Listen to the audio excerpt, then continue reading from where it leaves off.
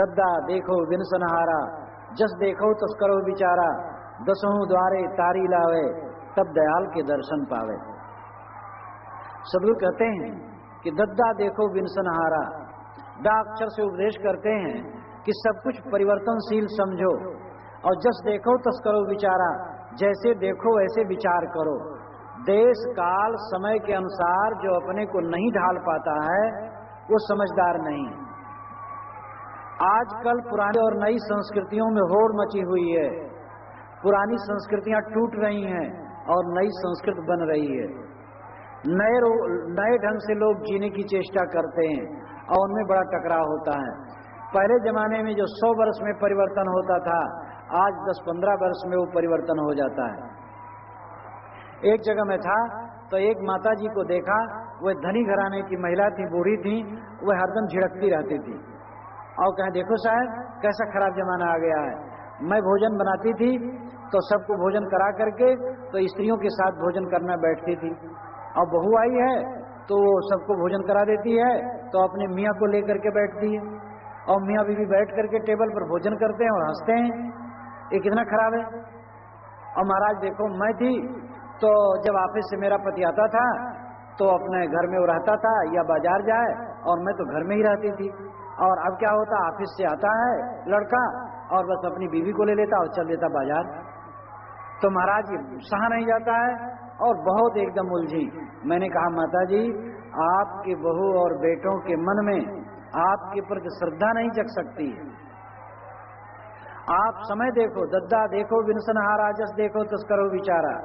मैंने उनसे कहा आपका लड़का अपनी पत्नी को लेकर के बाजार जाता है, ये बहुत है, दूसरे की पत्नी लेकर के तो नहीं जाता है। जब दूसरे की बहू बेटी को लेकर के जाएगा तब उसको बुरा माना जाएगा। बहू घर में दिन भर पड़ी रहती है और शाम को अगर अपने पति के साथ में वो बाजार घूम लेती है तो क्या अपराध करती है। और अगर बहू को यही इसी में संतोष मिलता है कि अपने पति के साथ बैठ करके भोजन करे, बहुत अच्छा है। ये गृहस्थों को ध्यान देना चाहिए। आपके बहू बेटे अगर परस्पर में प्रेम से रहते हैं तो आपकी नई पीढ़ी के लिए बड़ा सुखद है।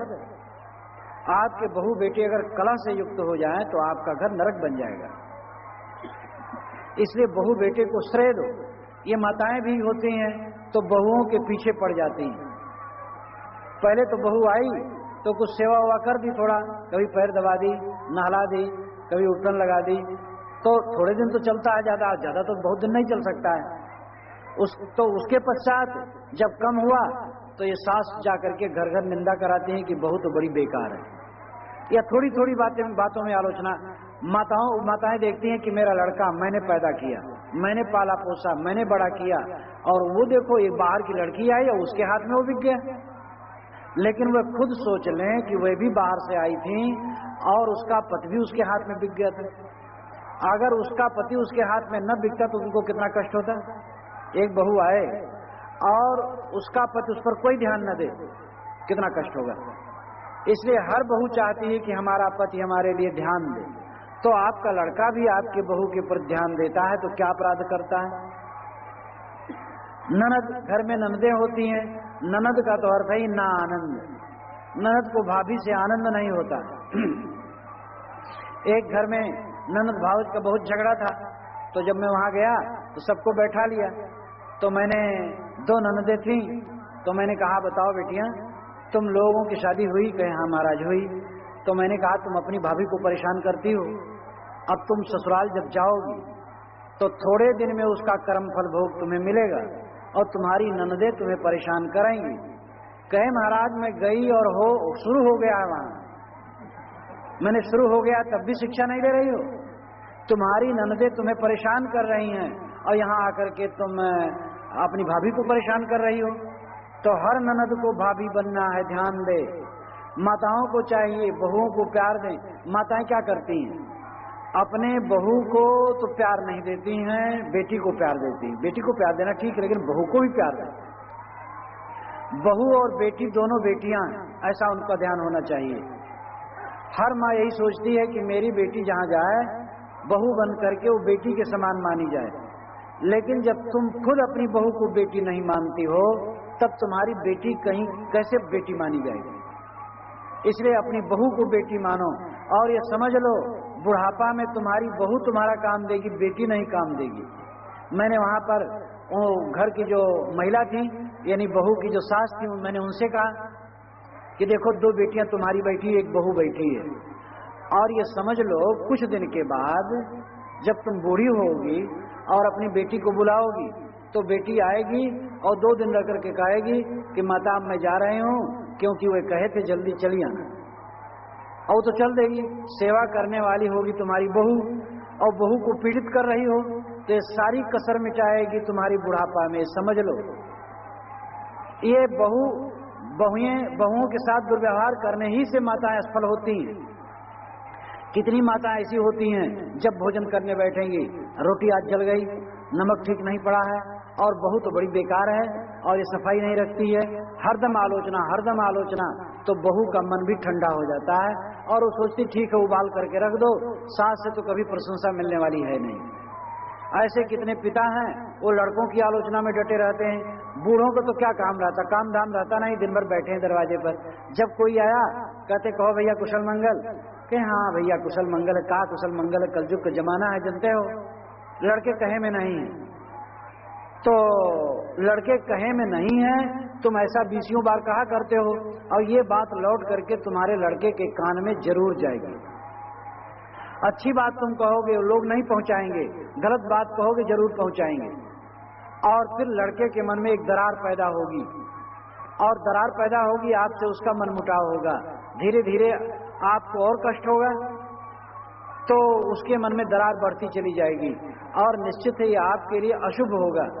तो माता और पिता, सास और ससुर को समझना चाहिए, अपने बुढ़ापा को सुखद बिताने के लिए अपने बहू बेटे से सुंदर व्यवहार करें और सबके साथ सुंदर व्यवहार करें। और आज जो समय का परिवर्तन है, इस समय के परिवर्तन को देखते हुए ध्यान दें। अब कितने लड़के हैं फुल पैंट शर्ट पहनते हैं, कितने बूढ़े हैं तो कहते हैं एक जगह में था तो एक पिता पुत्र आए, तो पुत्र सूट में था और पिता धोती कुर्ते में था, दोनों जब बैठे तो अब बैठे में उसको परेशानी हो रही थी, तो वो हमारे सामने क्या कहते हैं, देखो बेटा जब यहाँ आओ तो सरंगी का उतारण पहन करके न आओ। वो जो फुल पैंट है सरंगी का उतारण व्यंग किया उन्होंने, तो मुझे बड़ा बुरा लगा। मैंने कहा देखो बेटा जब मेरे पास आना तो फुल पैंट पहन करके आना, धोती पहन के नहीं आना। तो उनको बड़ा अचंभा लगा पिता को, ये कैसे कह रहे हैं महाराज। भोजन कर लिए तो अलग बुला करके मैंने उनसे कहा कि लड़के को, जवान लड़के को आप सबके सामने ऐसा कैसे कह दिए, सरंगी का उतारण फुल पैंट पे। अब आज का प्रवाह है सभी पहनते हैं, ऐसा व्यंग नहीं करना चाहिए। जवान लड़कों से ऐसा व्यवहार, तुम अपनी जवानी में हो, प्रौढ़ावस्था में हो और उनके विषय में बिना सोचे बात करते हो, 4 दिन के बाद तुम ढीले होकर के घर के कोने में बैठ जाओगे और जवान होकर के प्रौढ़ होकर के घर पर उसका आधिपत्य हो जाएगा, तब तुम्हें झड़केगा, तुम्हें 2 कौड़ी समझेगा। जीत की हार अभी बाकी है, धार अभी बाकी है, पार अभी बाकी है। ये समझ लो जवानी में जीत, बुढ़ापा में हार। जवानी में या प्रौढ़ावस्था में 50 वर्ष की उम्र तक जीत रहती है अपनी, घर भर दबदबा रहता है, पत्नी को डांटे, बच्चे को डांटे, बहू को डांटे, बेटी को डांटे, नौकर को डांटे, सब सन फन।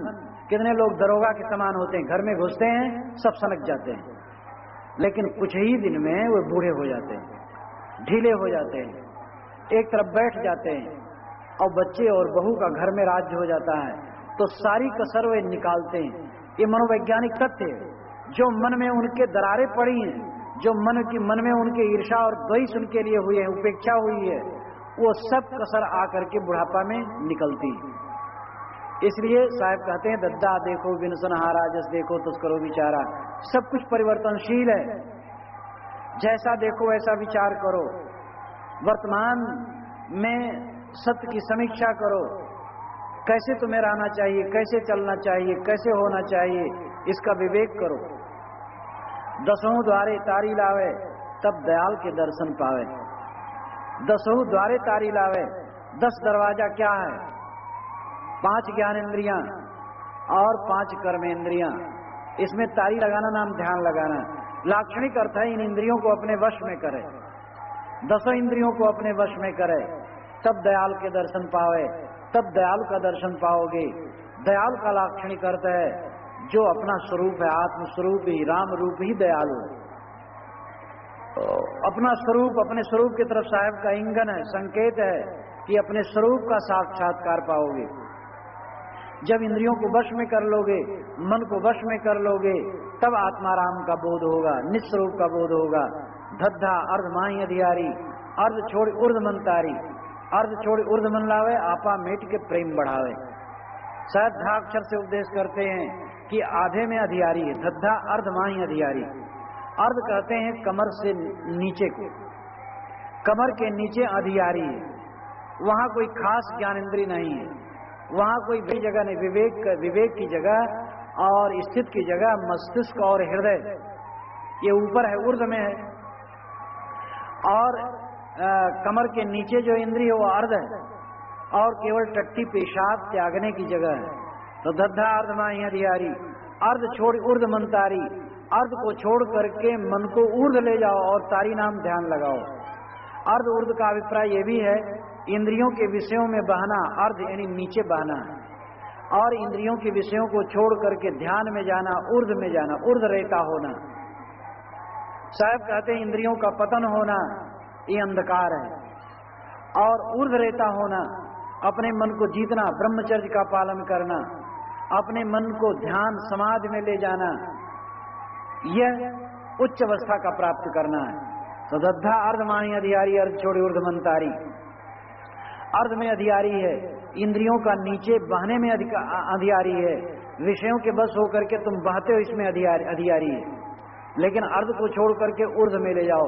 देखो नदी का पानी बहता, मानो पूरब तरफ नदी जा रही है, तो पानी तो पूरब तरफ बहता है, लेकिन मछली पश्चिम तरफ उछलती है, ये उसका स्वभाव होता है।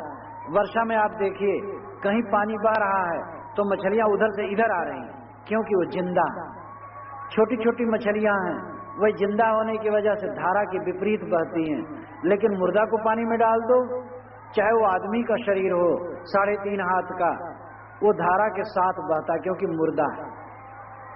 और छोटी छोटी मछलियां जो 4-4 अंगुल की हैं, 3-3 अंगुल की हैं, 2-2 अंगुल की हैं, जानदार होने की वजह से धारा के विपरीत बहती हैं, यानी धारा के विपरीत उछल उछल करके चलती हैं।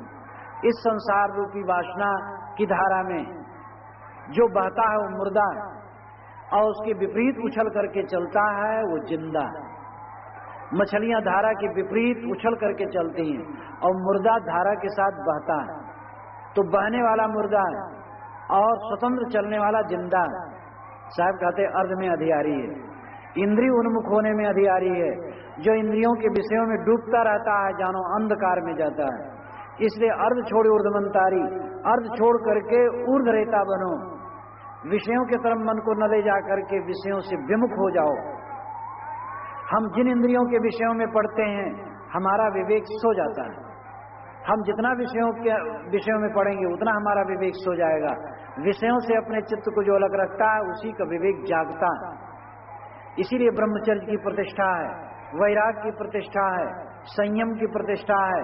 दुनिया के समस्त धार्मिक और आध्यात्मिक ग्रंथों को देख लीजिए तो विषयों का त्याग, मन इंद्रियों का संयम, यही बताया गया। और यह न हो तो फिर क्या साधना है?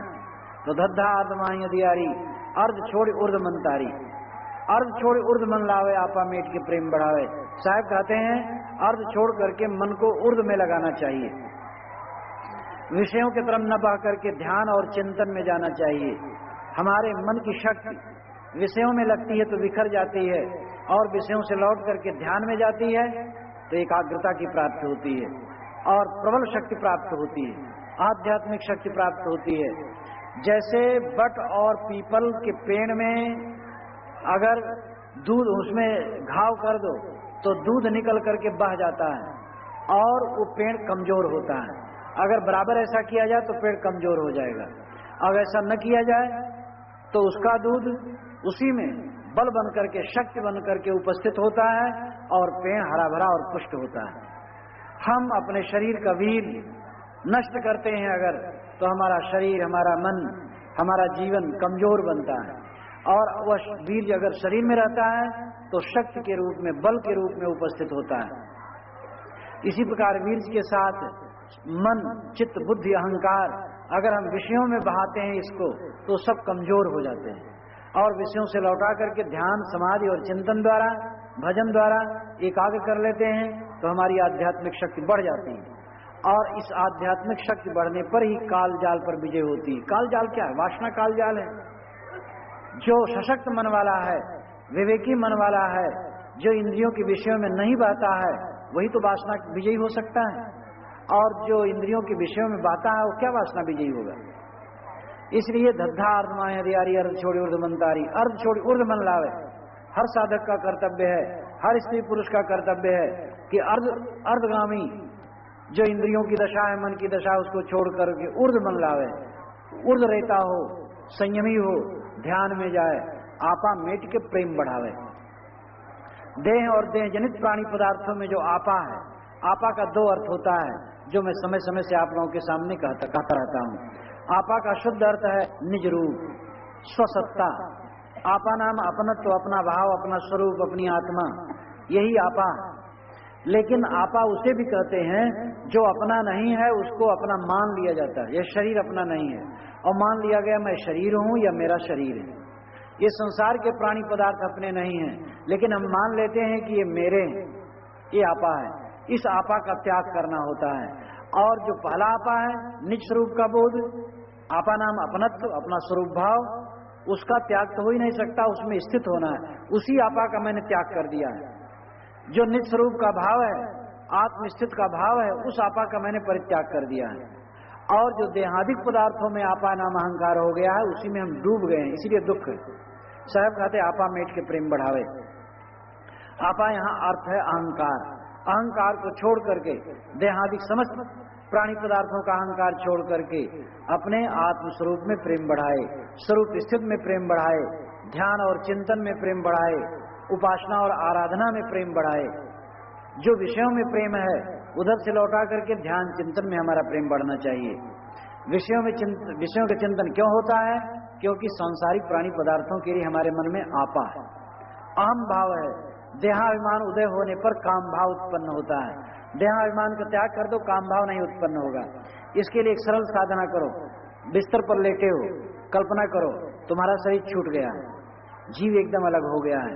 ऐसी कल्पना करो कि मैं देह से बिल्कुल अलग हूं और शरीर मुर्दा पड़ा है, शरीर में लोने पड़ गए हैं, वो सड़ गया है, आग में रख दिया गया, वो जल गया, राख हो गया है, अथवा उगाड़ दिया गया है, सड़ गया है, अथवा पानी में फेंक दिया गया है और उसे जल जंतुओं ने खा लिया है। शरीर छूटे हजारों वर्ष हो गए हैं और शरीर नहीं है, मैं केवल हूं। एक कल्पना है मन की, लेकिन इस कल्पना में लगातार तुम कुछ समय रहा करो, देखो काम, वहां काम की गंध भी नहीं होगी। तुम्हें चिंता होती है, कल्पना करो शरीर नहीं है, और पूर्ण कल्पना हो जाए शरीर नहीं है, उस समय क्या चिंता होगी?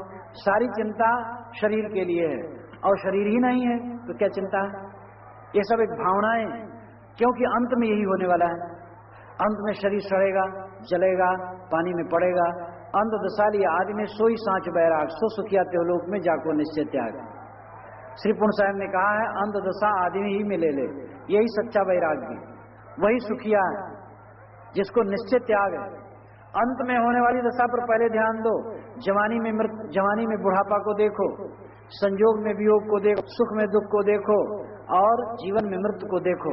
प्रश्न हो सकता है कि ये तो बड़ा निराशावादी विचार है, हम जवान हैं और हम कल्पना करें बूढ़े हो गए, वाह, ये बात समझ में नहीं आती।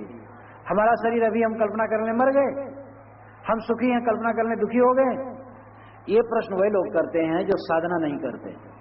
तुम जवान हो, अगर बुढ़ापा अपने शरीर में देखोगे तो बूढ़े नहीं हो जाओगे, अहंकार चूर्ण होगा और वो तो बुढ़ापा आ ही रहा है, 4 दिन में पहुंच जाएगा। और सुख है, दुख तो आ ही जाएगा, संयोग में वियोग तो आ ही जाएगा, जीवन रहते रहते मरण एक दिन आ ही जाएगा।